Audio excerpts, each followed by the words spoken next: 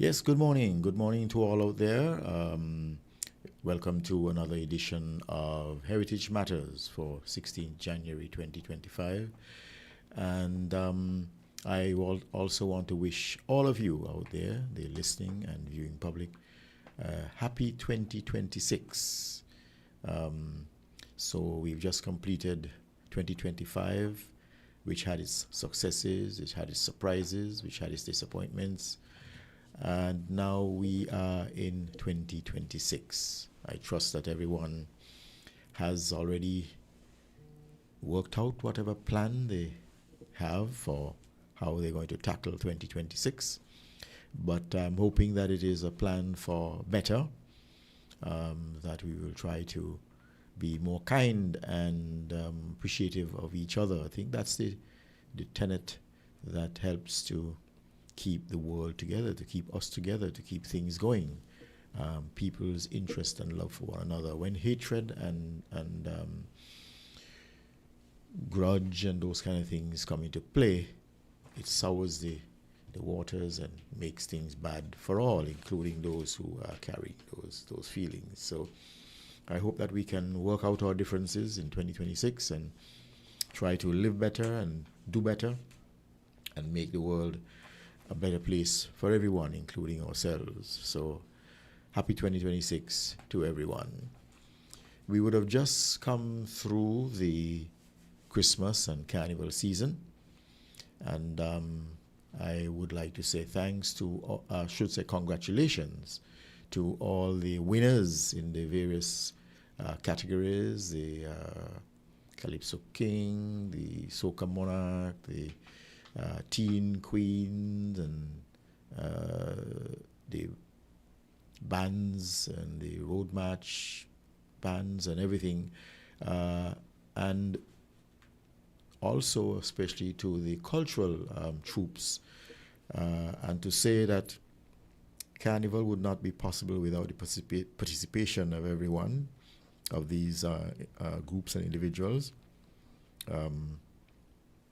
We have so much to thank them for, because they come out and they perform for us. So even those of us who are just spectators, at least we are entertained by these folks who give up their time and their effort and even cost, because they have to put these costumes together and get on the street and do their thing. And we admire and we enjoy the entertainment.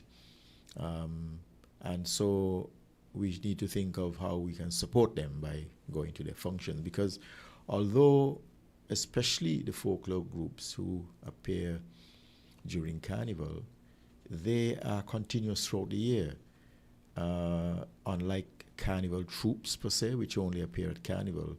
The folklore groups, they tend to be active throughout the year. So let's give them our support and make sure that they feel appreciated as they continue to do their bit to keep our culture and our heritage alive. So congratulations to them.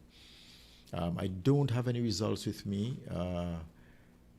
We were supposed to have someone from the Ministry of Culture on today, but unfortunately they came down with the flu. And so I don't have any results to share with you, which would have been good. But I'm hoping that maybe in another time we can have them on, unless they are listening and are willing to call in.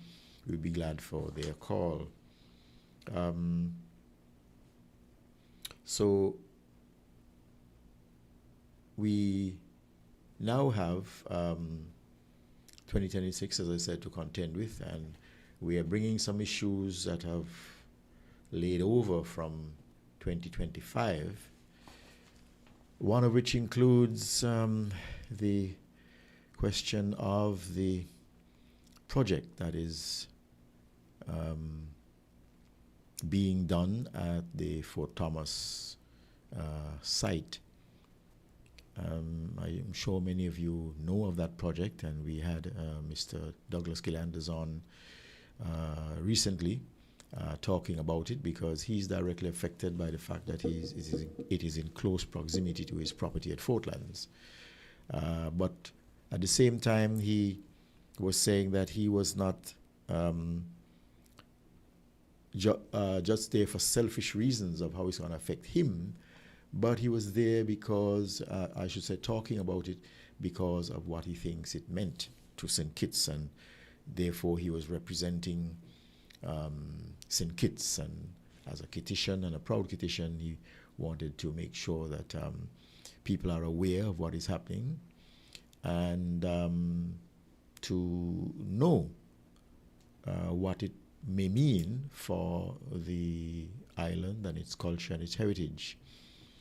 Apparently what we're seeing there is that a foreign company has gone in and with approval apparently from the authorities without consultation with the general public.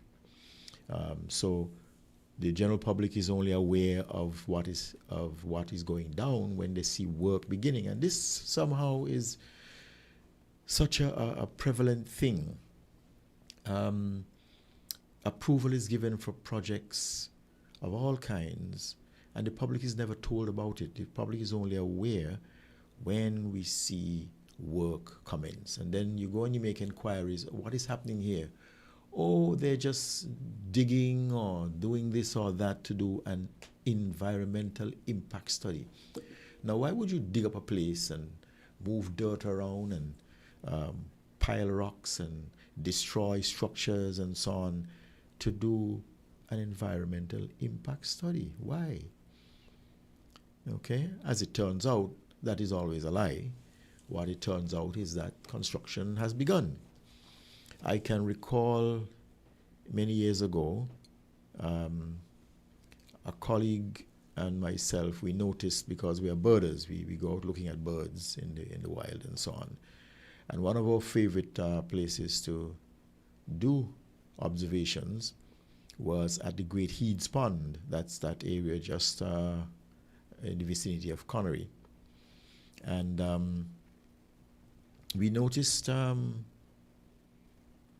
one day that we saw there were truckloads of dirt being trucked to the area and laid into the pond. And each day we came, the structure was progressing constantly across the pond. And we thought, are they building a pier? There's no boat activity in the pond, so why is there a pier being built? And we contacted the planning authority and asked them, well, what is going on here? And they said, oh, they're just doing an environmental impact study. And we said, environmental impact study by bringing dirt and piling it in a pond? Oh, yes, yeah. Well, that went on, and despite some of our protestations, as it were, it didn't stop anything. And then when we got to the bottom of it, we realized that it was for the construction.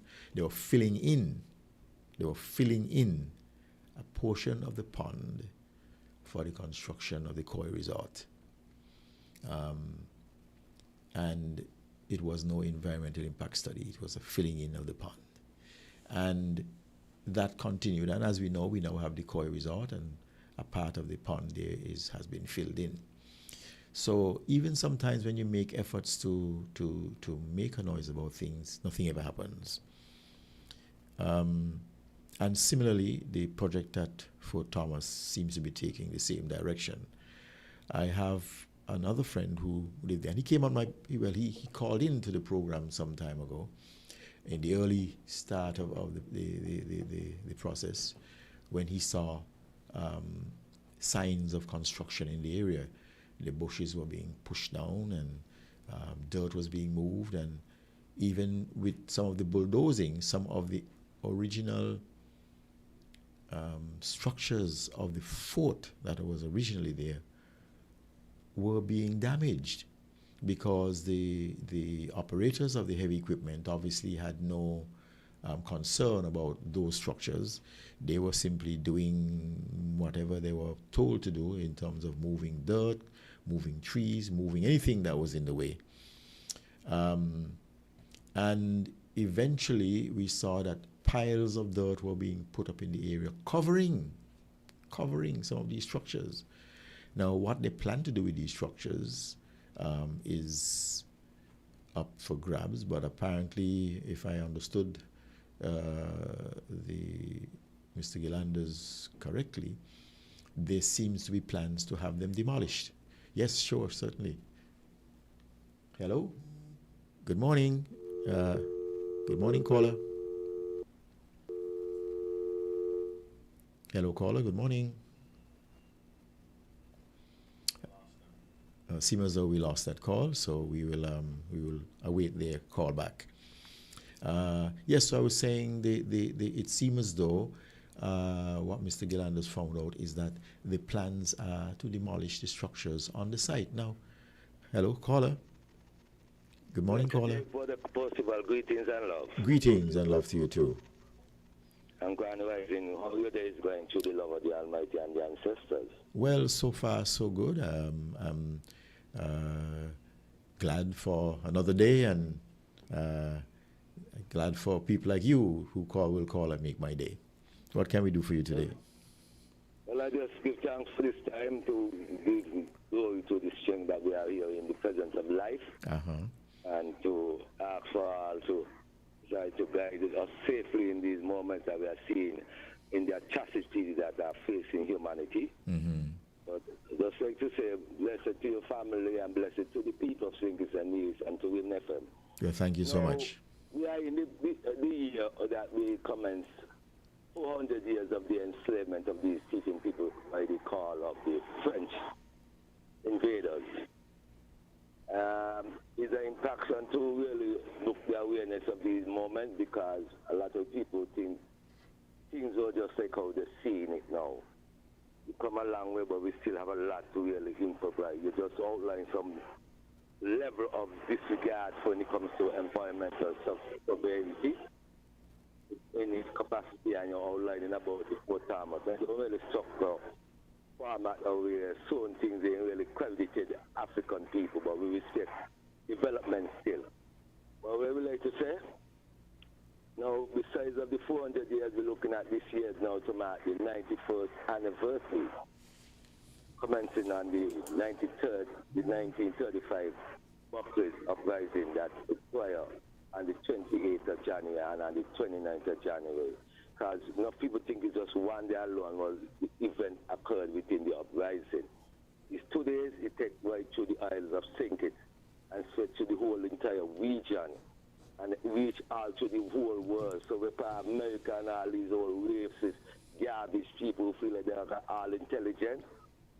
We wake up the world and let them know our union standard must be recognized as a people. How we're working as a plight within the society to give them the factors of produce and income that they are waging as. And now we're seeing how people are under the economical ladder, and the politicians them still telling us they are going to do a vote chop. It's a good thing I don't vote, and I'm glad I said that generally, open statedly, because here is it. We say we are the people who are the government. Not those people in the office, we. And in the same aspect, these people who say they are representation, because they're not government, they're representation from what the people numbers tally to get them where they are. And they are not insatiated to bring a study about what the people them who really put them to what they are standing. To say, okay, we have some areas that we are seeing in our community that are not living in the stable way that it needs to carry. How can we combat these kind of situations so we can easily manage the problem that are rising in these communities? No, but at least we let these things flow. And we say we sign on to program. We sign on to alternating for disability, age, ability, and all other things. But when we look at it, the people still get mistreated in these kind of positions. You got business places don't operated for people who have a disability, who are as they call it, invisible players. We are still seeing our safety net is not properly grounded. They're walking around thinking that everything is all well. But I'm glad I tell you all, the nation that we're seeing around here, we need to be awake to see how we generation need to stand for better change. Not for political change, a revolution change, and not by blood, but love must excel to bring this change. We're not showing this kind of genuine love and respect. The people rather have that egoistic mindset on you, and that's what the politicians them like, because they like the weakness of the people. And that's why I say, all who want to say they're voting for politicians know where you're standing with, because I command a Labour person, but I never vote for Labour yet, since I born in this country. And I'm not going to represent no politician. I represent where I stand as a human being and respect people, because we ain't dominating the world, but we must have to know how to live in this world. If that was. Okay, thank you. Thank you, caller, for that intervention. And I would just like to say that, in fact, we are awaiting a guest who is supposed to come and talk to us about that same topic that you brought up, the 91st anniversary of the 1935 Buckley's Uprising. Been trying to get him all morning, but haven't been able to get him. But I'm hoping that he shows up and we can have a discussion on that uprising, because as you clearly mentioned, it was a signal event in the history of St. Kitts and Nevis, where the local people, they rebelled against what was happening with and to them in the federation, in the country, and they let their voices and their presence be felt, and it had repercussions throughout the Caribbean. So it's something I hope that we can have a further discussion on. So thank you for that call, and we are awaiting our friend to show up to talk about this. So I hope he's listening or somehow is on his way, because I've been trying to get him and haven't got him. But I'll continue with the thing I was talking about with Fort Thomas. So we have these structures that are being destroyed, and a couple of things come to mind, because there is there are acts on the book. The NCPA Act, I think, is the primary one, that speaks to the preservation of historical, cultural monuments and structures, and that these things cannot be destroyed without certain controls, or they must be preserved according to certain rules and regulations. I don't know what has happened to that ruling in this particular case, why these structures are being allowed to be demolished. And the thing that to me is most distressing is that we are taking down things that are part of our cultural heritage and fabric for hundreds of years, and we are giving permission now to construct buildings that are totally foreign to our architectural style. But we have a caller, so I'll take that call and we'll come right back after the call. Caller, good morning. Possible? How are you doing? I'm giving thanks. I will tell you, I have no problem. I'm coming and being on behalf of the program right now, because I'm close to the radio station, and I will give an update prior to the upcoming activity for the Buckley's Uprising, because she's a part of the gathering that we are formulating to commemorate the activity for the Buckley's Uprising. Sure, come on over. Okay, good. All right.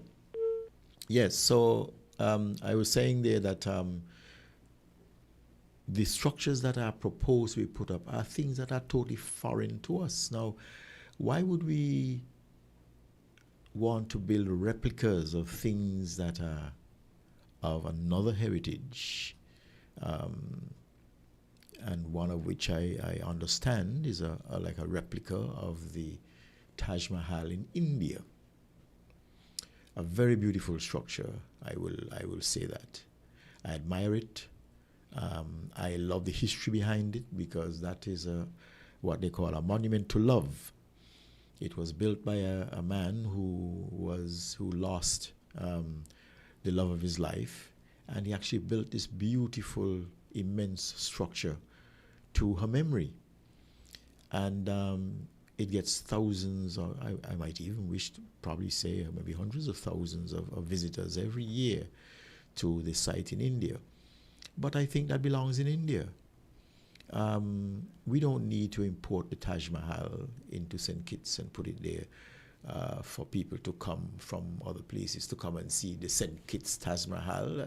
St. Kitts don't have a Taj Mahal, you know. So that is the part that baffles me most. Why are we giving permission for foreign things to be built in place of things that we have? Now, I'm not saying that I'm against a project to enhance our tourism product, something for visitors to come and see, but make it something relevant to our culture, something relevant to our society, something relevant to our history. And I believe that would have more appeal, because when people travel to other parts of the world, they don't travel to, let's say, India to experience West Indian culture. They don't travel to China to experience West Indian culture, or Australia or England. But when they travel to those places, they are traveling there to experience and be immersed in the things of that country, because that's what makes it interesting. If we wanted things of St. Kitts, then we'll stay in St. Kitts and enjoy them. If they wanted things from England or India or Australia, they would stay there because they're there. They don't need to come to St. Kitts to see the pyramids of Giza in Egypt. They go to Egypt because that's where they are. And to be trying to build something that is not of our culture and heritage and so on, I think is unsatisfactory and undesirable. And I don't know but apparently the project has been approved as it is, and what can people do? Maybe apart from doing what they did in the Buckley's Uprising, people get up and make a significant protest and say, look, we don't want this here. So that's just a comment on that situation, and I hope that the actions of those who are doing so, I understand that the St. Christopher National Trust, they have written a letter to the authorities signaling their objection and their concern over the demolition of the structures there, and seeking some sort of redress. But where that is at the moment, I am not sure, so I won't want to comment too much further on it. But I think that when we are making decisions, the government and people of St. Kitts, we need to make those decisions on behalf of the people, and to do so, we must consult with the people. We must ask the people, hey, look, we have this project here. It will bring this benefit or that benefit, and we are seeking your approval to do so. You know, so I hope that that can be considered, and that we will see that sort of action taking place. But right now, we're going to take a break, and we'll come right back on Heritage Matters. We're different. We're 98.9. 98.9. Win FM.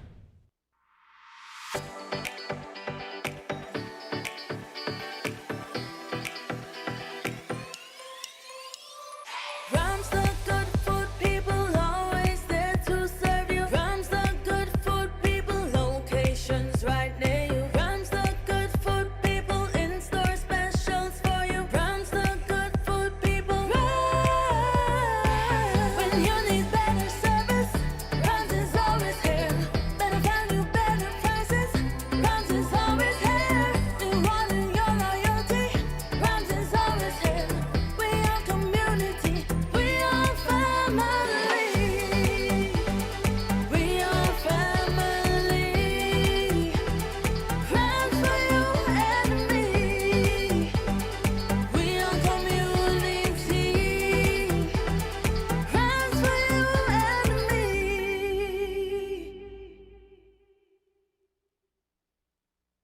more than 42 million cars from 19 different car companies are being recalled for faulty airbag inflators. Repairs are fast, easy, and free. The problem isn't with the airbag, it's with the airbag inflator. Because the inflator can rupture, shooting shrapnel through the airbag, which can cause serious injury or even death. Don't risk it, fix it. Please contact TDC Automotive Division to find out if your Toyota vehicle is affected by the Takata airbag recall. Visit or call us at 465-2511 in St. Kitts or 469-5430 in Nevis.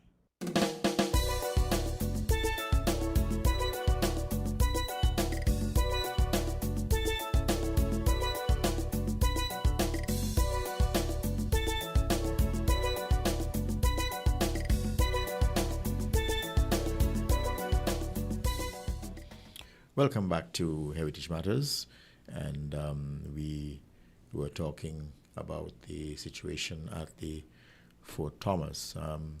I think too that I was commenting that the government needs to consult with people before making final decisions on projects and things that are going to affect the lives of its residents.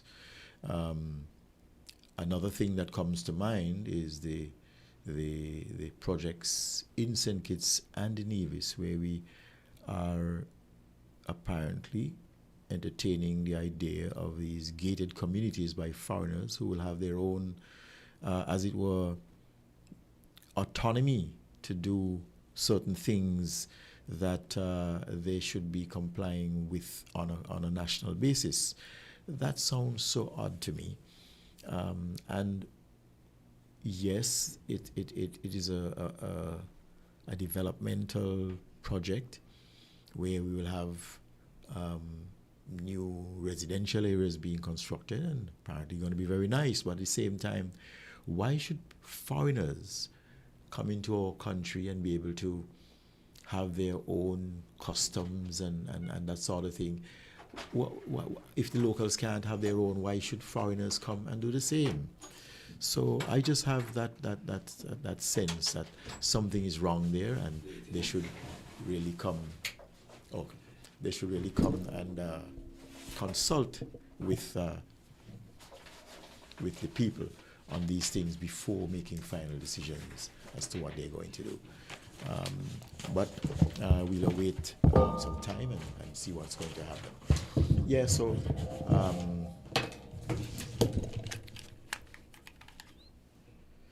So we have a guest who is joining us.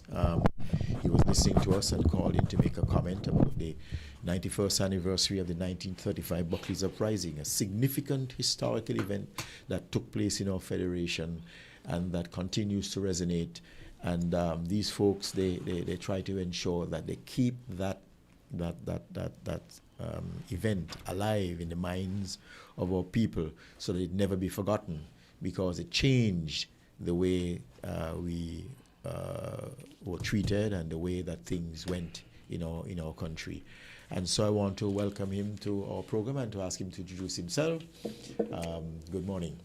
Give thanks for the possible and greetings to the family of WinFM, and we like to say to the nation of St. Kitts and Nevis, give thanks for life to the powers of the Almighty Kadamai Haile Selassie I, and Empress Menen of Assur. We like to say thankful for the invitation at the short notice, but we have to be here as very important to spread the information out. Yes, thank you for being here. And we were originally supposed to have Mr. Lionel Stevens of SPACS. He was supposed to be here. I've been trying to call him since days ago, but I'm not getting through. I called 3 different numbers. Oh, okay. And up to this morning, I tried those 3 numbers again with no luck. So I'm glad that you have taken up the slack and came to represent. I hope he can still make it.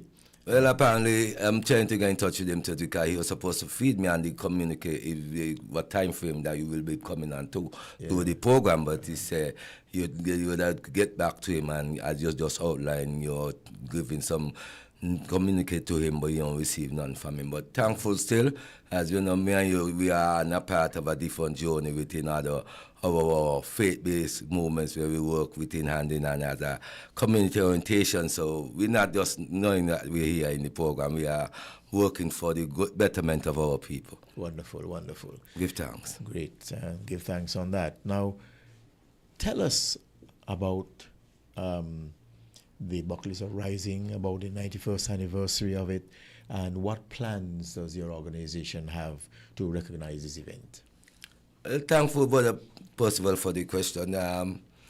We are seeing a great moment at this time, staging for the upcoming activities that we will relate for the Buckley Uprising that mark the 91st anniversary. So the Nyabingi Tiakosiada is making this more as that commemorative, not no movements that create no political moment. We're commemorating the strive that has made an increase of how we see changes have come at time to time. It did not come effectively, but it come time to time.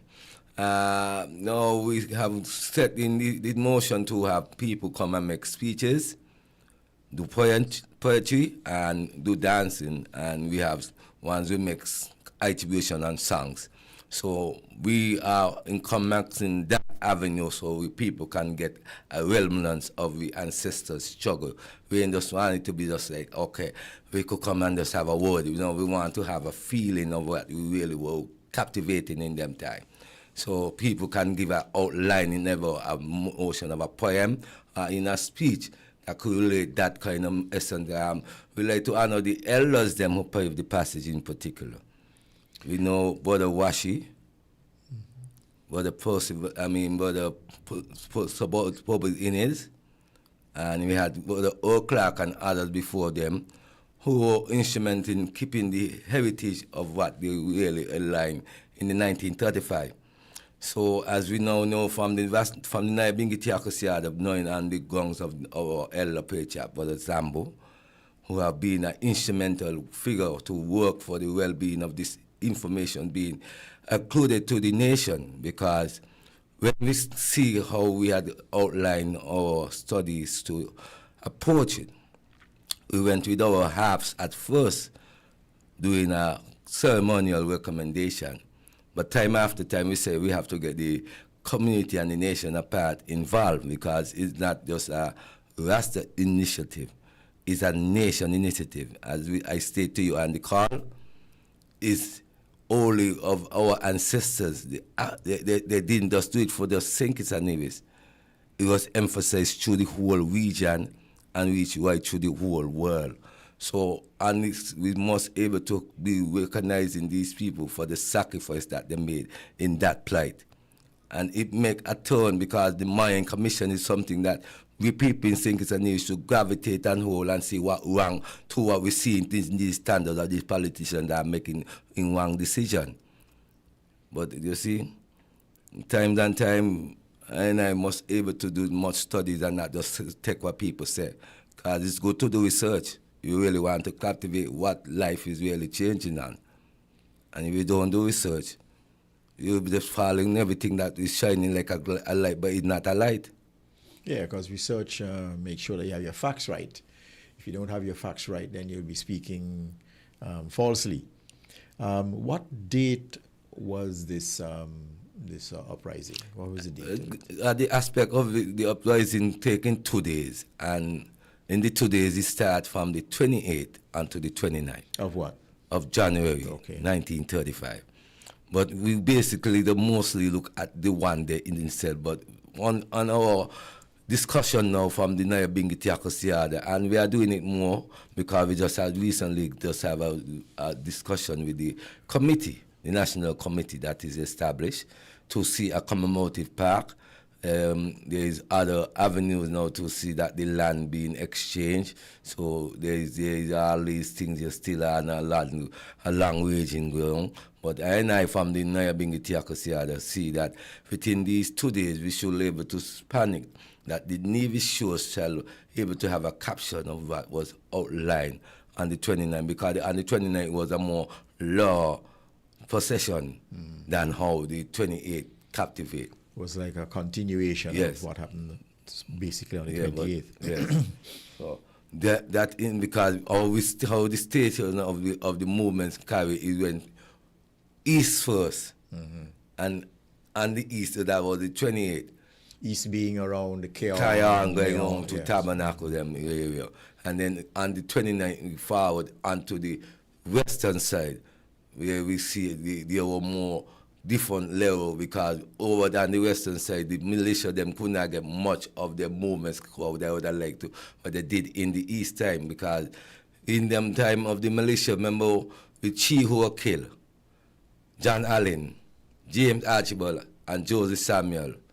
John Allen was the one who just coming from his work, but he was going out of his yard to do some kind of keeping, and he was able to get one of these chest at them and hit him. So we honor him as a martyr, and then we have James Archibald. We like to have families of these people here who have been able to receive plaques in honor of their name. But we don't honor John and family, but we like to honor these other two and other people who have faced jail and even who have given them time. So have you made efforts to find any family connections to these individuals? But we still do study research, because at this time we know the archive of the National Trust and even of the government archive, there are information that we have to really go in and study out to see of these people and where the areas of location were within when the uprising occur.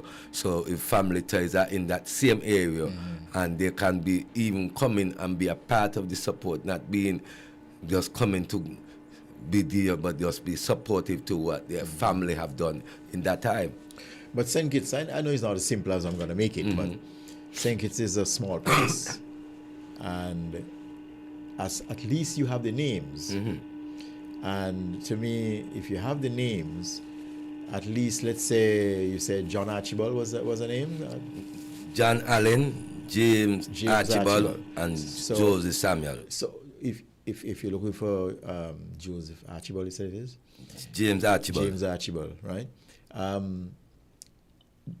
You can start with looking at the Archibald families.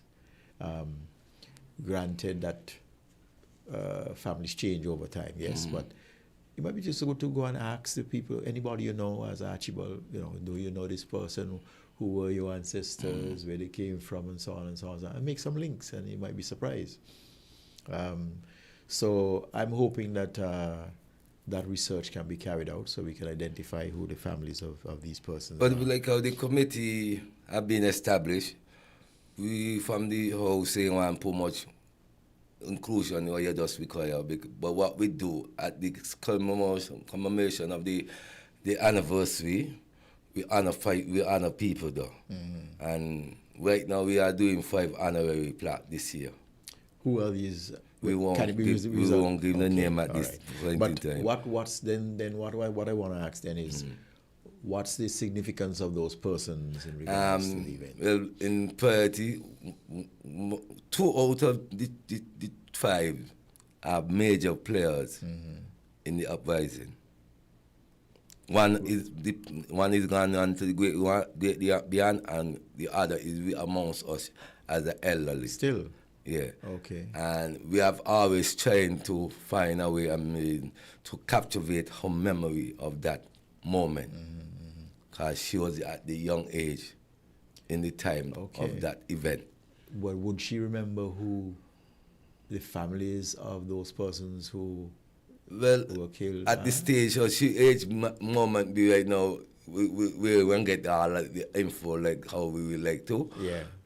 But some people have captivated, so although we could say those who really get that knowledge, they should be able to entail it in a narrative for youth generation to come. So even though we from the house ain't get because a lot of information on that expression that within the bucket of rising still ain't captured, even though brother in his right about it in 40 years struggle. And he have the from Common to King by Whitman Brown. And then you have for the good that we can do for the Labour Party with the 80th anniversary that with so much passion, how the uprising. But there's other books have detail, not just in St. Kitts and Nevis, outside about the value what the Buckle uprising reach out to the region and to the world. Yeah. and it make a turning point in how socialism and all those other things were implemented differently than how colonization was captivated by the imperial action that they was taking on this world. Okay. So you have 5 honorees. You said one was... 2 of them, but one is in the seat, but we have a grandfamily will be representing on her behalf. So you have 2 who are passed. No, one who had passed. One who had passed, but the other... the other one is physically still with us. The other 4 are physically alive well, still. with the Chi, 2 have gone to the Great Beyond, so you're right, and Chi will be receiving presently. Okay, that's what I was trying to... Yeah. Yeah, okay, but that's a good gesture on behalf of the Nyabingi Theocracy Order. And it would be... No, so the function to recognize or commemorate this anniversary, where will it be held? Well, we are here moving on the same grounds that we were last year in 2025 in the yard of the Coraggio Business Enterprise. There will be that should be the ground area that was suggested by the administration for our home that will captivate the as they call it, the memorial park that we'll build forwardly to commemorate. But at this point, as I stated, there is still negotiations going into where exchange of land will be applied for that area to be received for the movement to carry. But we are still hesitant to see this is a thing that should be a national fund. We are interested of the integrity of the history of this movement should not be lying out like some kind of slave in the dark, but something that can be respectfully be honored as a national essence to heritage, and to see that this administration they have the notion to carry that into Parliament. Because we're not taking away land, we're just revising that this structure be responsible for the historical area that we call the labor unrest. So just for those listening, this is in the estate area of Buckley's Buckley Estate. Okay, Buckley's Estate. There's that business property there, which is on the Buckley's Estate. Yeah. Former Buckley's Estate land. Okay, so you're trying to acquire a part of that land to build a monument in recognition of the event? The ancestors, them. Okay. And as you said, that has not come to fruition yet. And I would like to add to Brother Percival, to St. Kitts and Nevis people, and to the world. We don't want to have the Buckley's uprising just looking at that insistent as just in Buckley's. It's spread to this whole entire St. Kitts, and it make a waiting standard when it's spread to the whole. Because when you wait one by Brighton Estate, there's areas of the Brighton Estate that make a significant change. That's why you see people like Simeon Prince and Fergus, they're more able to get jailed because they call them the cupcakers of the instigators of these uprising in that area, because they were willing to make a sacrifice, and we were able to get by good gong taste of Simeon Prince's brother outlining to us of his experience watching this occur as a young boy. So he's still alive? But he transitioned too. Okay. But brother Simon Prince did not return from Antigua when he would get 5 years of jail because of the indication, because this was the act what they had against us in colonial time. Even though the Mayan Commission was given, they still went out and put the laws to what they want to outline. So they made the changes prior to, it's lately after in the 1940s where we see the union establishment will come into farm from the Workers' League. And then into that, in the 1950s, there come adult suffrage, where one and one could have come into and vote, but they have record outlining that the first woman who put registration to vote was the same street what we name as Nevis Street, East West. And she was the first woman who, in 1935, was registered to vote. but because of what were in that kind of society that was break up, she didn't had that movement to go on with and vote. What actually caused the uprising? Well, from reading and studying the aspect of the information that's spread, it's not about the wages in particular, but was the achievement that were facing up. The conditions. Conditions that were relating on our people, way of how we live in the survival aspect. So we find it was not just on the wages, because even though the wages, you know, we see the kind of moment still. There wasn't agreement. Only certain estate was still ready to give that percentage, and some we still refuse. So in our notion, the wages wasn't in system. It was just the treatment, the way how they were not seen or respectful to life.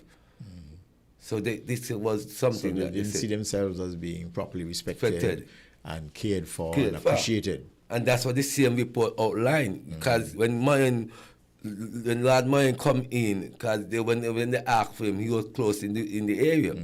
So it wasn't nothing like he had to come from England, because he was on traveling duties. So he had get the call and he able to come and give his assessment. And when he done the assessment and give his report, he outlined that these kind of movements cannot be like this with you making this kind of wealth. Half a product that giving you with people battle won. So these are where you have to make changes to have social equality. And that report didn't release because, you know, they were fighting the same war, a world war. And the Britain, no one released that. Because it make them look bad. Well, the World War started in 39, I think. Yeah, the report had released before 39, but they don't want to outline it, the position, because it was human rights charters covered under the League of Nations from the First World War II. So does your organization have a copy of that report, the Moyen report? Not physically, but what we always emphasize is to, when we go out to schools, we make an outline about it, because there's, as we say, the young children them have access to, as they call it, the internet service, and they use things. So we want to show that these are the ways that you can school into history of sinkers, historical sinkers, and you go and you see all kind of thing.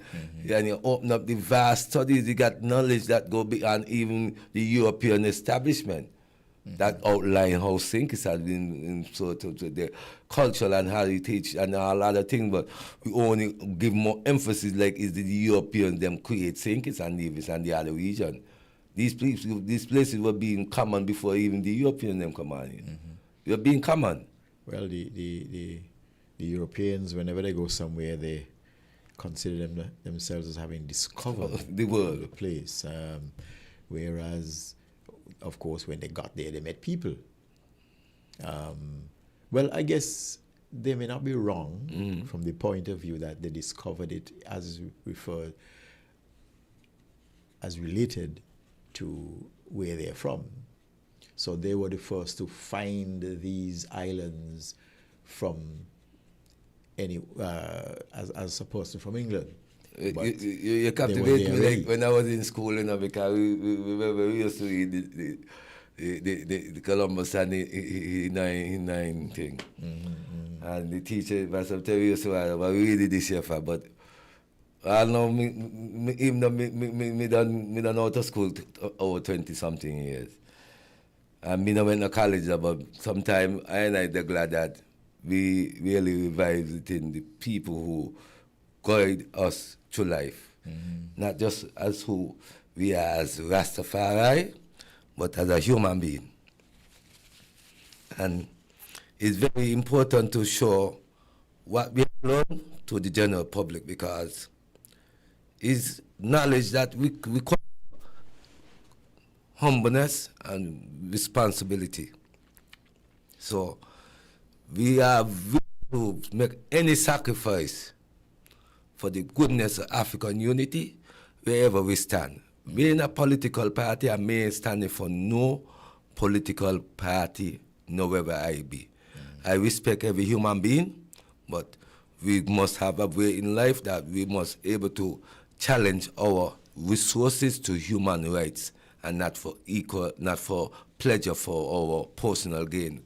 And I find a lot of people that gravitate that because they're looking for some kind of favoritism, but I myself as a Rastafan and a Rastafari will always show integrity wherever. I mean, perfect, and I'm not looking to be perfect, but we're thankful for what we have. Well, I applaud you guys for upholding the history and the heritage of St. Kitts and for what you're doing to keep this particular event alive in the eyes and head and knowledge of our people. True. You mentioned that you have gone to schools. Do you do that annually to talk to the schools about it? Yes, we find it very important, and we are doing it even this time before we do the celebration to mark the 91st anniversary. We have select a primary school at the Ego T. Morris Primary School, and we find every time we have to do these things, we must do it for the well-being of the youths then, because I know sometime in this curriculum that we say we have draft up to study our own local heritage, we don't see much emphasis circulate into that level of the education to the curriculum. And even though it's on the file of studies, these people still don't want to, not want to bash the teachers, but if you ain't have the cope of the level of your heritage, you can ask someone. There's nothing wrong with getting some help from someone who knows something. Certainly. Because at least you know that you are sharing a betterment for the well-being of your nation. Because it's not your history. It was brought within some pattern that you know we find in it. So we must be able to be respectful to that. And that's why I say the ones who pay pivotal passage in my life, I be very thankful for them. So you do what, one school per year or more than one? Well, as I stated in the earlier that we want to add Nevis into a part of our info to the 2 days. So in future, like communal, and it must be just on the 29th or 28th of January, but it can be impacted at the act if we could only do one school. But as we know how the educational format that we is, so we just have to know how to tap into certain things. Well, I think it is important when you're doing things with the schools to consult first with the Ministry of Education, because they, I think, and understandably, don't just want people to just go to schools and do things without their approval, Yes. and so on. Because the school, as you rightly mentioned, have a curriculum and they have a schedule and things that they must complete. And so, for example, even the Brimstone Hill Society, we stage each year what is called the History and Heritage Month. And during that time, we try to involve the schools, especially in what is called a primary schools quiz. But we have to go to the Ministry of Education first and get their approval and involvement in order to conduct that. Otherwise, it wouldn't happen. Yeah. And one thing we do too is we try to see that we could get the educational format, the books like 40 Years of Struggle and other things that the teachers them can even get a part into, carry into reading for the format of the uprising. So they can give more further details. I could be very thankful to say. Last year itself, I was very fortunate to be invited to the Cotton Thomas Comprehensive School.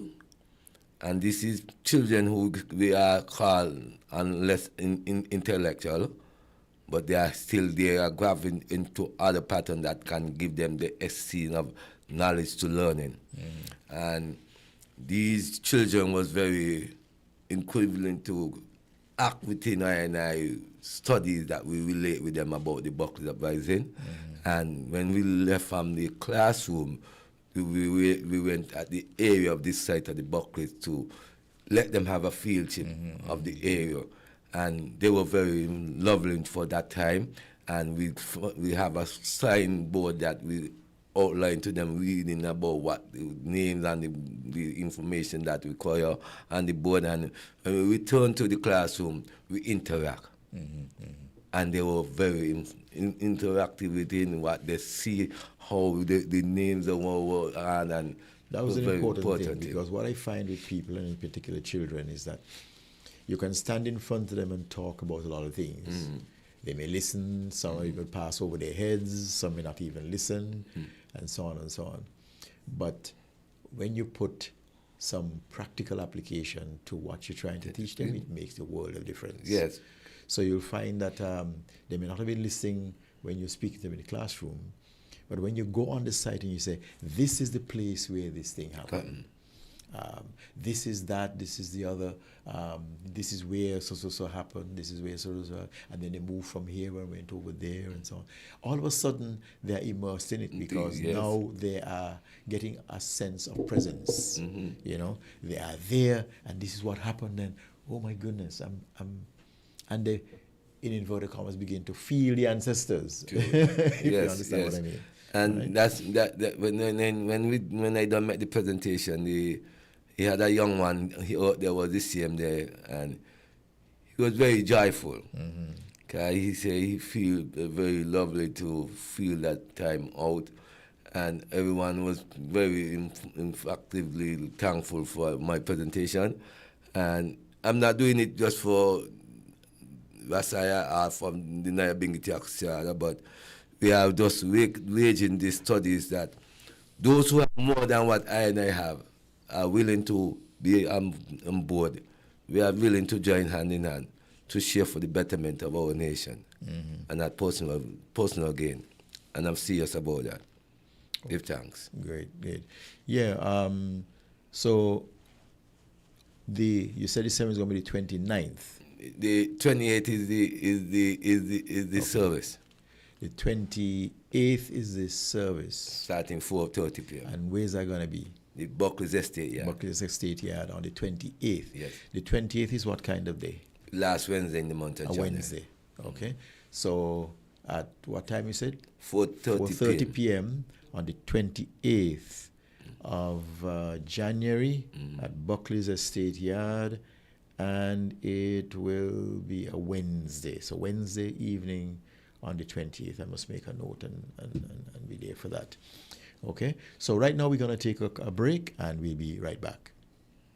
WINN is 98.9. 98.9 is Win FM.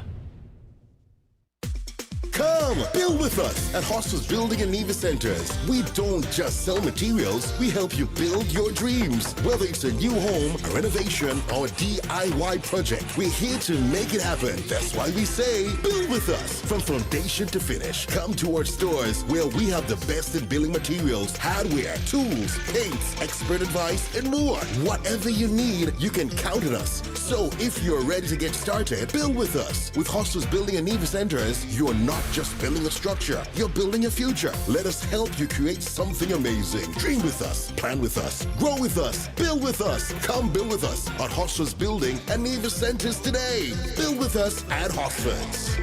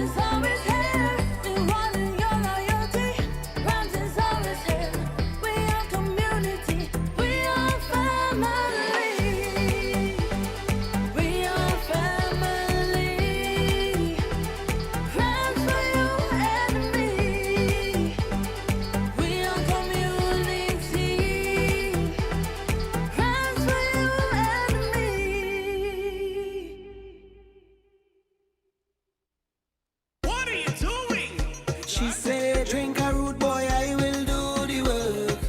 You don't have to wind up yourself. You don't have to wind up yourself. Oh, she said, drink a root boy, I will do the work. You don't have to wind up yourself. You don't have to wind up yourself. Oh, cause when we out and we active, living we life.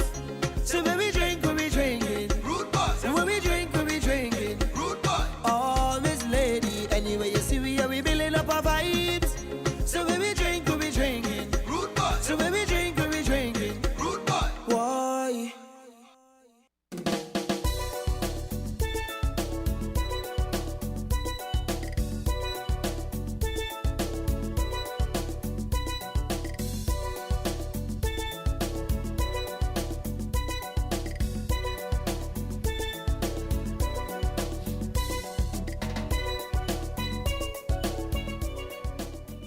Okay, we're back on Heritage Matters, and we're here talking with Rasaya of the Nyabingi Theocracy Order, and we're talking about the 91st anniversary of the 1935 Buckley's Uprising, and they are having an event on the 28th of January. It's a Wednesday, 28th of January at 4:30 p.m. at the Buckley's Estate Yard to commemorate this this historical event, and to make some presentations to some of the persons who would have been directly involved in or related to the event. And so they want to invite everyone to come on out on Wednesday the 20th of January at 4:30 p.m. at Buckley's to have a function which will have speeches. They will talk about the event, which will have poetry, people exposing their poetic talent, and I guess it will be based on the Buckley's Uprising and things related to it. And there'll be dancing. Yes. Anything else and presentations. And you have singing from our great Calypsonian brother and the iconic King Sakwati. Okay. And we have others in the GIF, but we want to give it to go. Okay, you're holding some things back for surprise. Sometimes we gotta just give a little each other a little moment. Yeah, so people get a little taste, and then they get all the other good stuff coming with it. The moment, as we like to say, we like to emphasize something to the general public and to the people of the world. We have a team forward for the 91st anniversary coming up. That will mark our support to the ancestors, and our team is as going forward. The 1935 Buckley's Uprising in St. Kitts, the spark that awakened the region.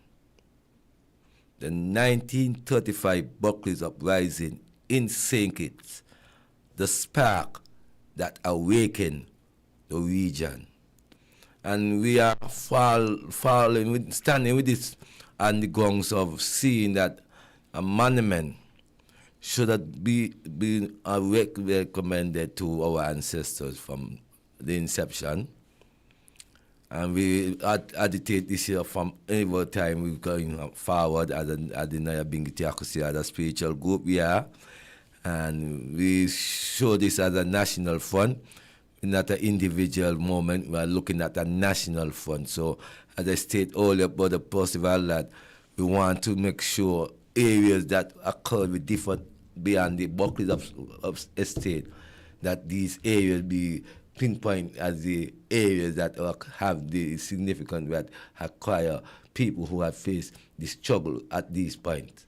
Okay, so you talk about the different points. Yes. What are some of those significant points? Well, some of these areas that outlined, Brighton Estate is one in particular, and you got areas going further down into St. Paul's and other parts going on by Challengers, areas that we know where the militia then was trying to cut off our men from returning, when some of our people who were free from the Challenger was a free village at that old estate. It was one of the first villages to be established after slavery was abolished. Yeah, after the emancipation of that side. So that and settlers too got a value history to it of them same moments, and I don't know why we are lackadaisical in these kind of instance of not sharing these knowledge into our school. But you are making an effort to do that by going and talking to the school. Yeah, I will do my part because I tell you, I'm glad I went to college and about the Percival. I'm glad I went them things there. My grandmother used to tell me, I don't get to learn to do nothing. I know it. Well, I take the little knowledge in these cheats and we gravitate within reading and it open up the mind wisely. Well, you see, you said reading, and technically going to university is that teaching. I mean, reading and learning help to expand the mind and give you fresh perspectives on things, especially if you read the right books, because there are some books that are very important in terms of expounding the history and heritage of places and knowledge, philosophy, all those things.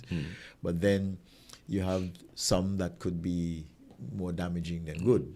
You know? So it's a matter of selectively determining what you read. And how you're reading. And how you read it and interpret it. Because in reading, there could be interpretation. One person might read one particular passage and give it a certain interpretation. Another person read the same thing and see it totally differently.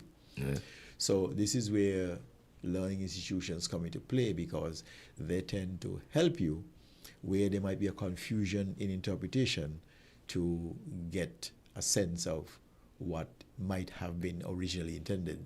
And then you can formulate from there. Because I think there was a time when education institutions taught things from the angle where they were, as it were, telling you what they want you to understand.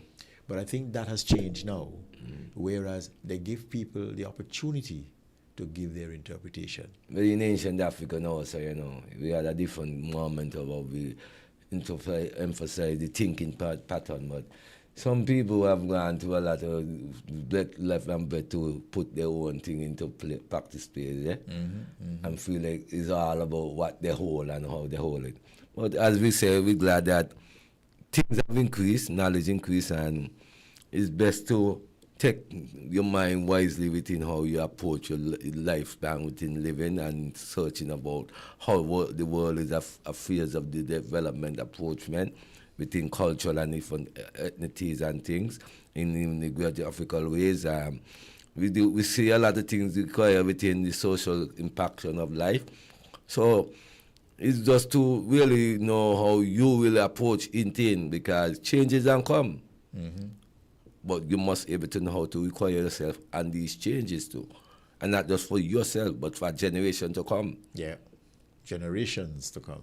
So in that aspect, you cannot look just for who you are, but it's what you are looking within for the other to retain within. So they can feel more in a different level than what we're seeing moving on.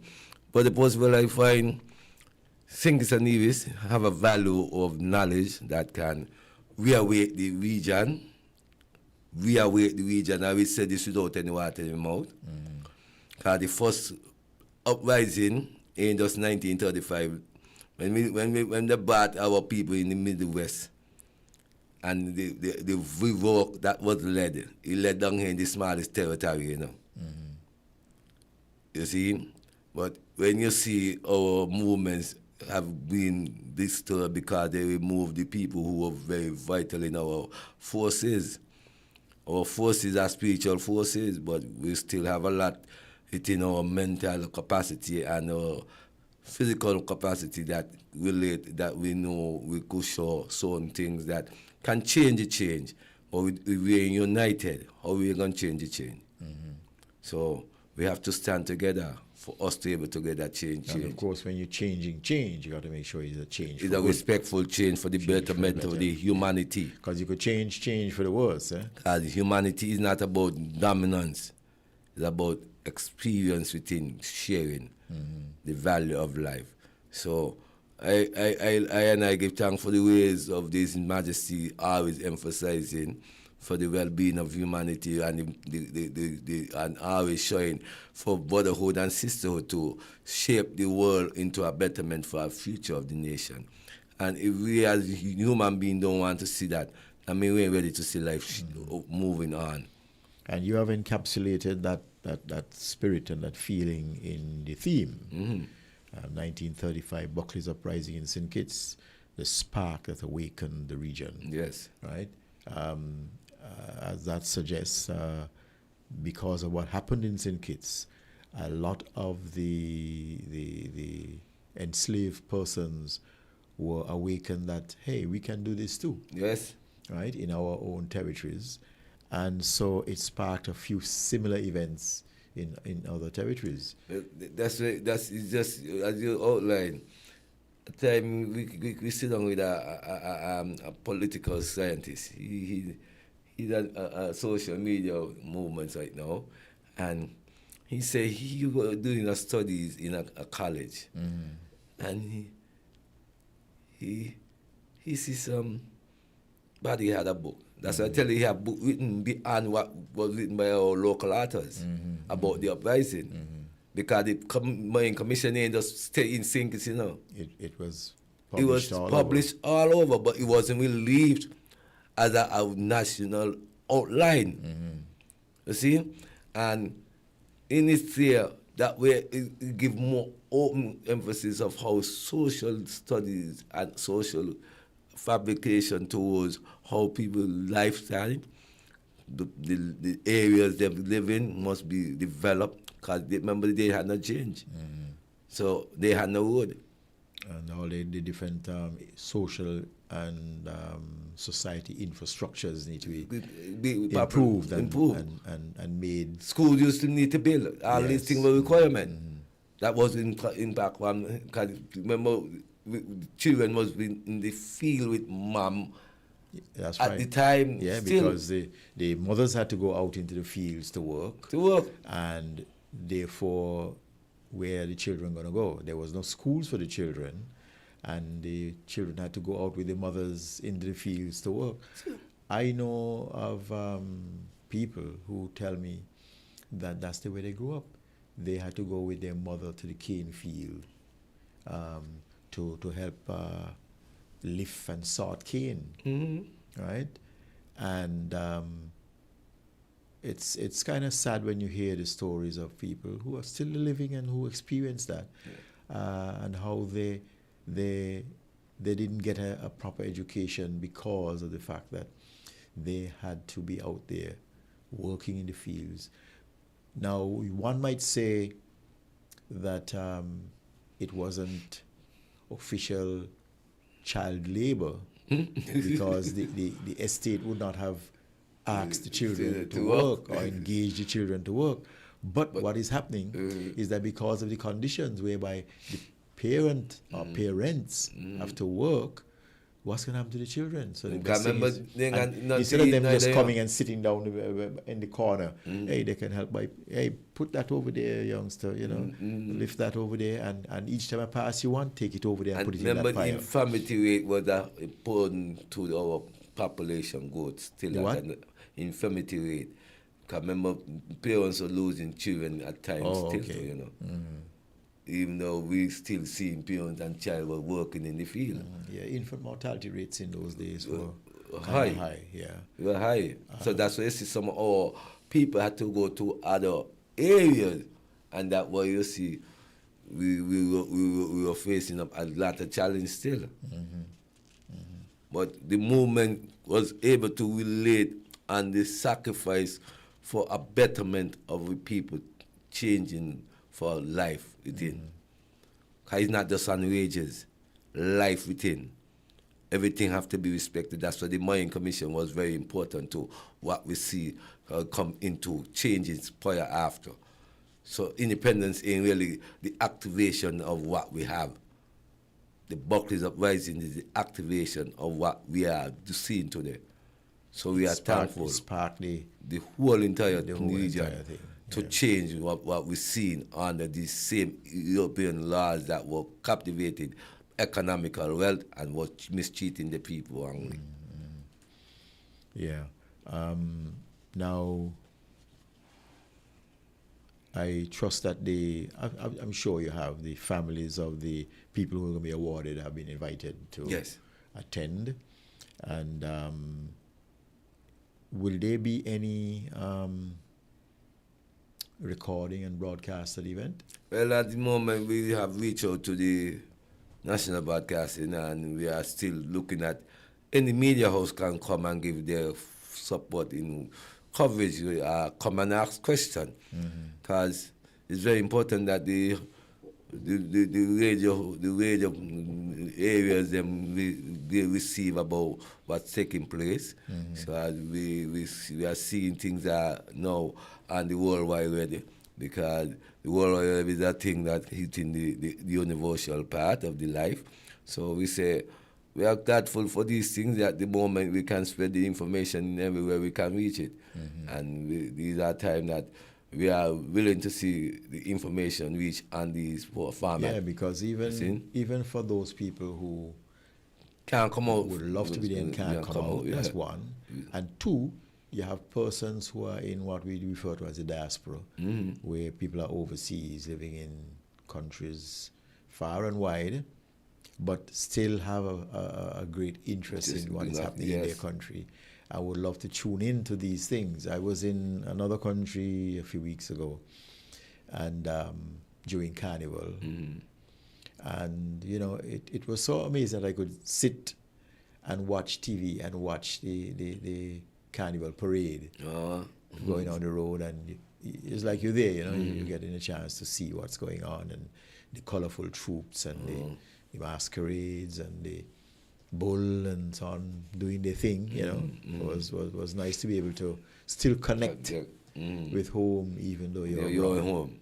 Yeah, and I think a lot of people will be glad to tune in and watch what is happening there. Now, are there any, what should I say, video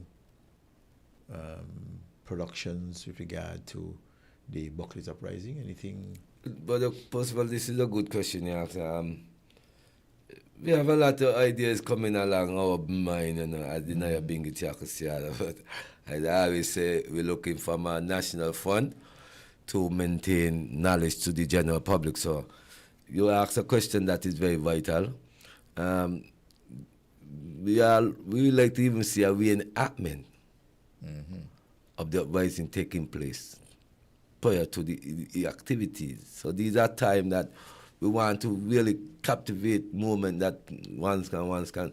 So in the essence of that moment there, that would be an impaction to the educational sensitization towards the Buckley. And it can reach, but these are works that the committee will be moving into, so I don't want to put much emphasis out because the committee still have certain things in stage that it could look to work with.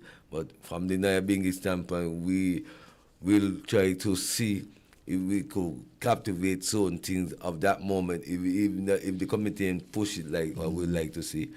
But we'd like to get the reaction moving. And the proceeding, we had put it a time already, but it didn't get to come off. So we will put more thought to it and see who more minds come along. And once that come into place and we can get it, and then the video can caption that into a good caution, captivation to the character and all that. But like you said much earlier, you have to make sure that for something like that, you have to get your research done. Yes. So that you know that you are representing everything that is impacting as on the ground accurately as possible. So you won't bring no discussion to no one. Yeah, because somebody might say, but that didn't happen. No, that isn't true. Yeah. They're making it sound like this, or they are telling it in a different way, or whatever. But that said, one also has to remember that sometimes history is recorded by people who do the recording. And so you'll find that sometimes the recorder or the writer or the filmer will interpret things a certain way to maybe his or suit her his or her mind thinking of exactly. the level. Whereas maybe if you do it, because I often say that there are three sides to every story. Mm-hmm. There's his side, her side, and the truth. In there. You see? Mm-hmm. So when we're looking at things, we got to try to find that common ground that brings out the truth, rather than just an interpretation by someone who is maybe looking at it from a particular point of view and not the other point of view. True. Because if you eliminate the other point of view, you're not bringing forward the truth. Yes, yeah. You know, and you find that many stories in history are told. For example, they will tell you that history is written by the conqueror. Mm-hmm. So the people who conquer, they're the ones who are going to write it, but they're going to write it in their way.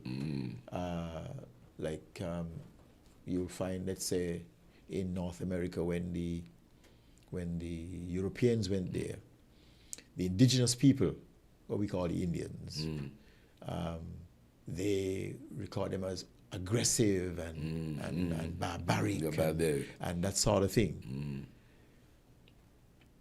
But if you sit and think about it, what were those people doing? They were simply defending what was theirs. What create them to be aggressive? Yeah, but the people who wanted it considered them aggressive and barbaric because they were resisting their desire to take what was theirs. Yeah. Now, I'm sure that if it was on the other foot, in that the Indians attacked, let's say, got out of America, sailed across the Atlantic and went to England and started trying to invade England, England would respond, to use their words, barbarically too. Okay, then. You see what I'm saying? So why consider somebody as barbaric because they're defending what is theirs when you are an invader? Creating your own policies and the dominance. Exactly. You see? So history is always sometimes written by those who write it, and they write it from their perspective.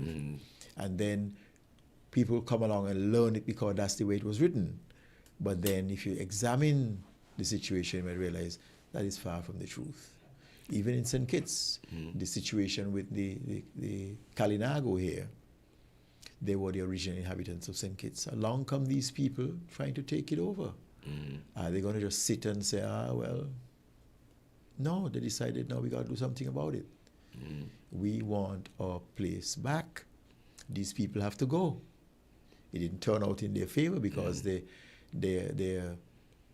weapons and so on were inferior to the invaders.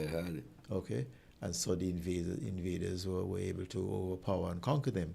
But in truth and in fact, these people were simply defending what was theirs, that they had lived in and existed in for thousands of years. Without any troubles and any interference. You know, so that's the thing about history. Sometimes depending, the story is depending on who is giving it, and what interpretation is given to it, and a lot of the things that we learned a certain way when we were small in school, in history and whatnot. Nowadays, we're hearing a different interpretation that when you think about it and scratch it, you realize that makes more sense. You know? Well, I will say, Brother Percival, I'm very thankful because I was very careful within history too. In my school days, I never failed it. Very thankful that I never failed that subject. So it's something that always in a remnants to my studies of life. So I will always do much research as breath is in this body moving forward. And we know fear death because we are in the transition of everything that moves within the mystic of life. And when we say in the transition, we are moving through as always being a people of the spiritual love, so thankful. Well, I'm glad to hear you say you never failed your history. So that means you're interested. So from long time you were interested in history and you paid attention. Yeah. I have a different story. I hated history when I was in school. So I hated history. And in the end I passed it, but I didn't like it at all. But we'll talk more. Yeah, we'll talk more about that when we come back as we take a commercial break. We're different. We're 98.9. 98.9. Win FM. Come, build with us at Hostels Building and Nevis Centers. We don't just sell materials, we help you build your dreams. Whether it's a new home, a renovation, or a DIY project, we're here to make it happen. That's why we say, build with us. From foundation to finish, come to our stores where we have the best in building materials, hardware, tools, paints, expert advice, and more. Whatever you need, you can count on us. So if you're ready to get started, build with us. With Hostels Building and Nevis Centers, you're not just building a structure, you're building a future. Let us help you create something amazing. Dream with us, plan with us, grow with us, build with us. Come build with us at Hostels Building and Nevis Centers today. Build with us at Hostels.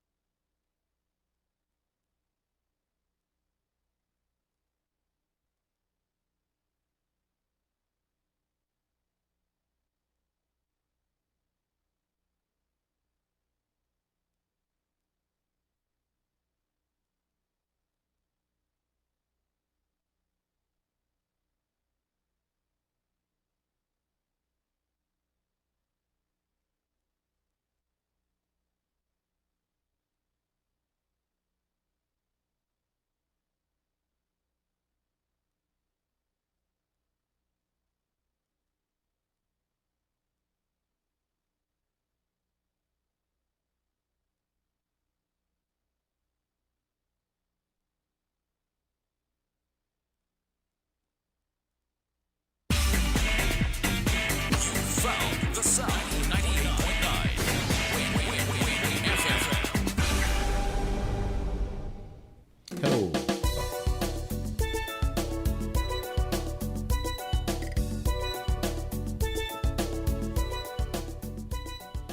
Hello, good back. We are back on Heritage Matters, and I want to apologize for the small break in transmission that we had there due to technical difficulties. But we have things back up, and we're running again.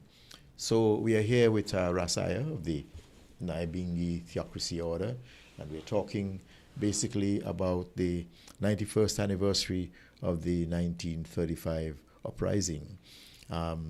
It just occurred to me when I looked at that, we're in the 91st, I mean, we're soon at the 100th anniversary. Very Nevis is something joyously on that time too. Yeah. Cause So I'm sure you guys will be planning quite a celebration for yeah, the 100th because anniversary. that should be like a holiday for the whole entire nation. Sow the seed right now. Sow the seed. Are we agitating for it or not, Brother Possible? Okay. The holiday should be, and it should, that's what we say, that the 2 days we want to impact working on the 29th, coming into what time to time. We want to utilize it on the 91st yet. But when we're looking at it, is that we want to expand the knowledge into the Nevis shores. So the people of Nevis are aligned, the workers' league and the workers' movements will really impact. Not at how we've seen this impact of the political aspect carrying out now. So we can really cherish and relate within the resemblance of our people who have suffered and sacrificed the greatness for what we are seeing now prevalent to us, as we call it, the sovereignty of our land. Now, land is an important factor to our people.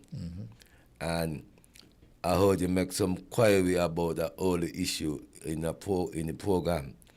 And I realized that our people are still landless in St. and Nevis, no matter how we look at it.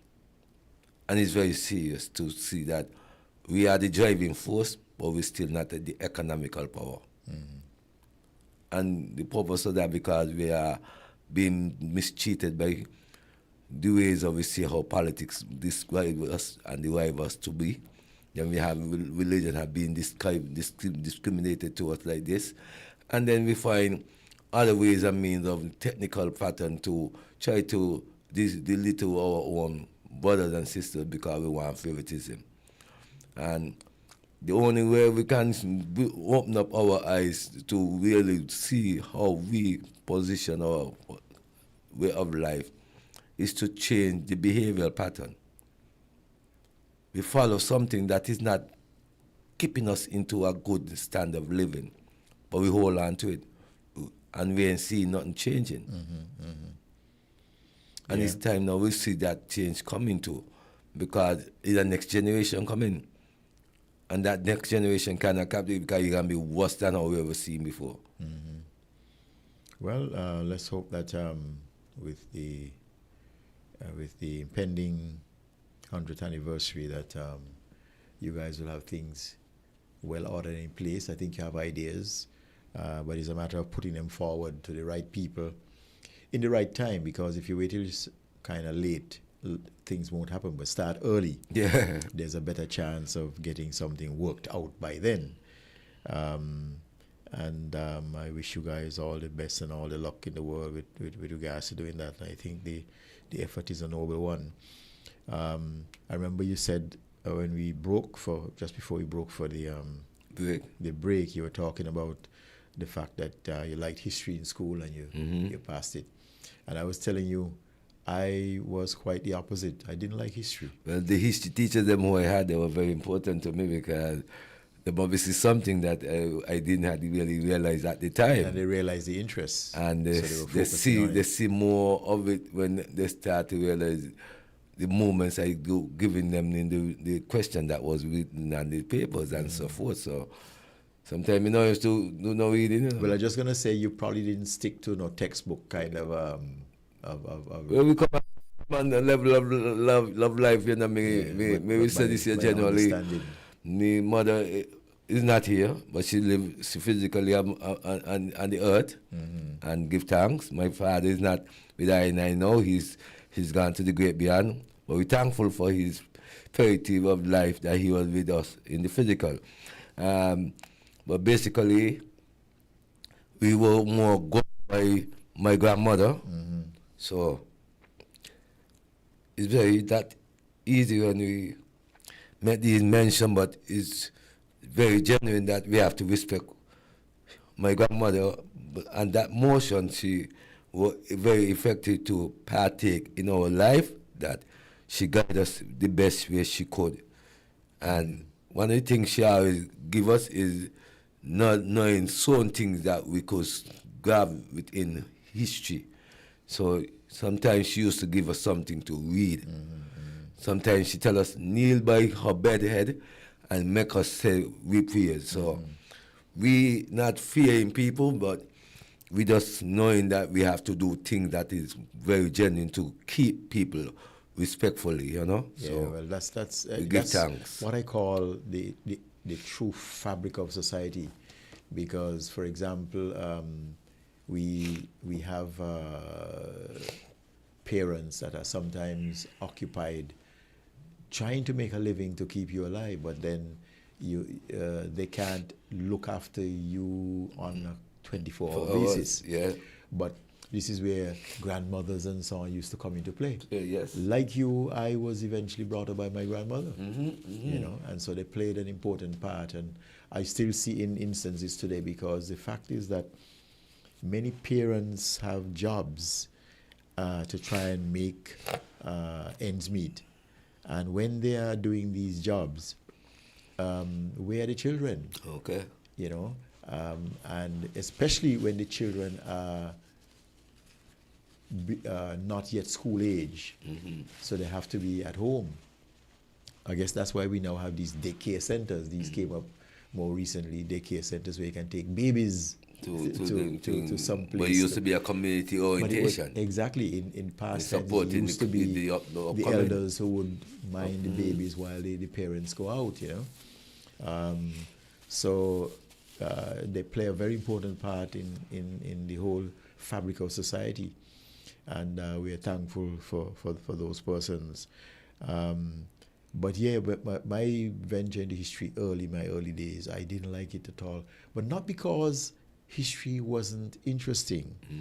But what I found was that the teacher that taught me didn't make it interesting. They were very boring. Is in primary school I see a book that opened up me. I went to the Joseph primary school. They used to call Roman school. But after a period of time, when my mother went and leave from St. Kitts to Nevis to go to Puerto Rico, we had to venture from that school to go to a public school. So we had reached to the Newton School, which is now known as the Tucker Clark Primary School. So from that venture, we were able to see some ways, of coming into our life within. So in grade 6, I could recall, we had a setting within books in our background of our classroom. So sometimes we used to, when teachers didn't attend the class, sometimes we would take a book and just say, we just take a little time, and because they say we trouble, they used to call us trouble people. You know? Yeah, they say we mismakers and all them things, they will cause problem and so. But we are radical people, and we thankful for the moment of the schools that play a critical role in our life, the primary school and the secondary level. The junior school, which is now called the Washington Archibald High School, that is where I went in high school days. And we were able to have teachers being impacted in our life too, that time too. And when we were in that high school, we were able to see teacher involvement in us having books to read. See, so that is why we always say we're glad for these people who were instrumental in our life. And me see Rastafari out of school. I see Rastafari when I was in school. I stopped eat flesh from chicken and fish and them things while I in school, not while I going out of school. When I tell my grandmother me want no relish in my food, she tell me she ain't going put in no top part, but me tell her me no want no relish. Me no want no flesh. So it's been mystical to live the life we live, but with that sacrifice we make. And we thank for the journey we stand within today to come and edify, to know where we stand as African people. And we thank for all the sacrifice of the ancestors who made it all possible for us to be here. So give thanks. Give thanks. Good. Yeah. So you talked about a book. Do you remember the name of the book that was impactful for you? The book is about our great cricketer, and I know him as that genuine great until we were reading the book. His name so Brother Garfield Sobers. Oh, okay, yeah, the Bajan cricketer. Yeah, he was. The foreign knowledge of how he upbringing from his young boy days to intelligent cricketer to play the format of the game like anybody ever played. And became known as the best player and in the world. the best batsman, the good spin bowler. And knowing this kind of info that the upcoming that he come from. Because the Nisau he used to play cricket and also, you know. Yeah. Him say when you get the bat, and your mother say, "Where I do?" So these are the see because he had a talent, and he was genuine, but he had the intellectual with the talent too. Yeah. And they have to come together. They combine. Because the mother making sure, we might have not economic, but we have common level, and we have to use that to invert what the economic can result in us. Yeah. And he used that. They didn't get the kind of money that these people getting today, but at least there was sacrifice that they made for people out. No, that's we the want thing, because they weren't in cricket for the monetary gain. They were in cricket because they loved it. Love the game. And they loved representing their country, you know, and then representing their country extended to representing the region. Okay, and they played in that mode. But pardon me if I may be wrong, but I find the cricketers today now, it's all about the money. But they don't know so no response of the even when we have the CPL they own here. We just can't honor them by that time. And the thing is, when they're doing things like CPL and even IPL, that's the Indian Premier League and so on, and the other ones around the world, they're going there for the money. But many of those players, if there is a regional thing like the West Indies team or even their own local team, they don't play for them. Because right now because they don't offer enough money. We're in a tournament right now, soon to start in February, but there are some warm-up games as the T20 World Cup. Now, we had some hurdles up before the warm-up, before the tournament start.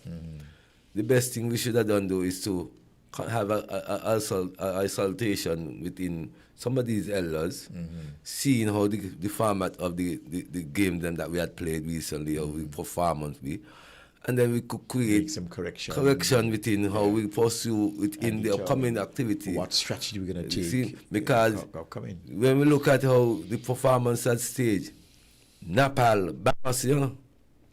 Nepal, yeah. Nepal, Bangladesh, you know. Yeah. in a series, you know. That would have been unthinkable before.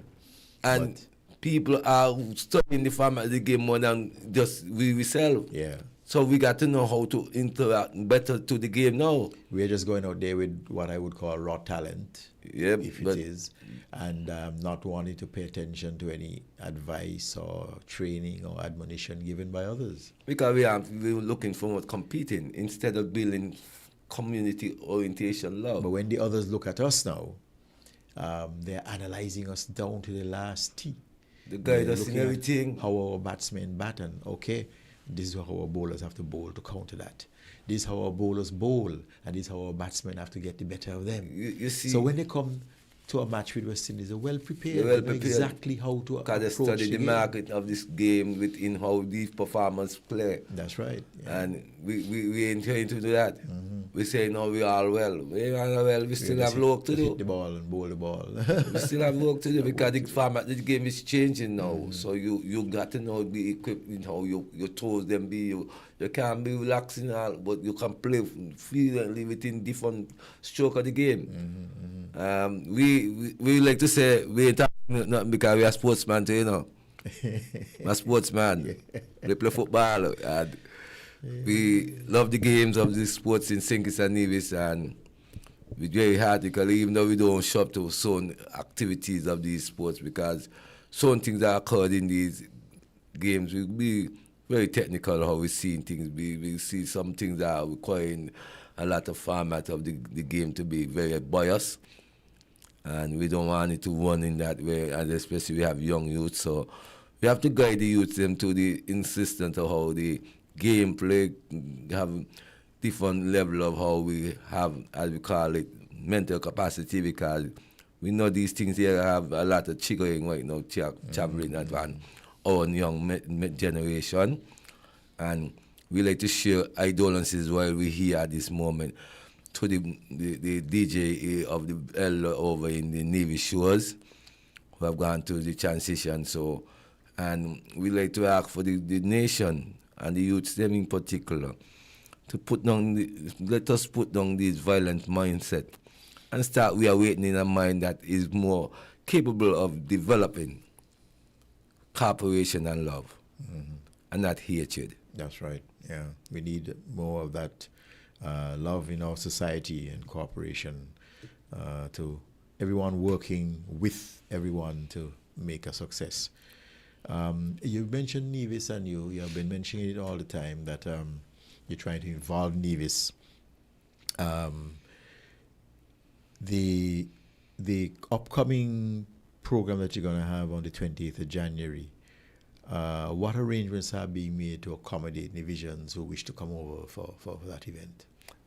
As you just say, and the arrangement not to at the aspect to say as much, because we have one will come and do a presentation, but you have others will come after their own behalf. From the Rastafari community, we come and give support.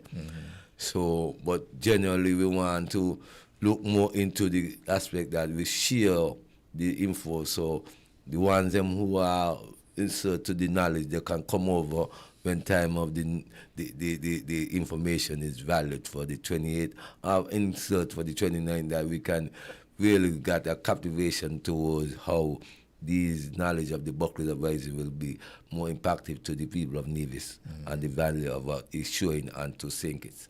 In the Buckley Uprising story or history, is there any record of any direct repercussions that occurred in Nevis as a direct result of what happened in St. Kitts? Not general on the term, because, under the time of the colonial movements, there was a different reverence of how the administration was legislated. The legislator used to be representation in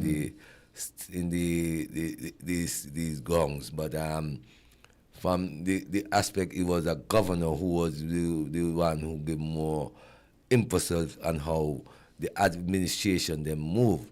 So Nevis in itself wasn't as much as how St. Kitts was prior to moving towards in the industry, because at time to time, there were not much sugar plantation going in Nevis. They had this recheck from it after. They went mostly to cotton, I think. They recheck from it after, so it wasn't at the same level like how over in St. Kitts was impacted with the production. But at the same time, I guess they had cotton and other products, which when slave people still had to work in a sense, that's how I was just going to intern. In a sense, it more outline the working class.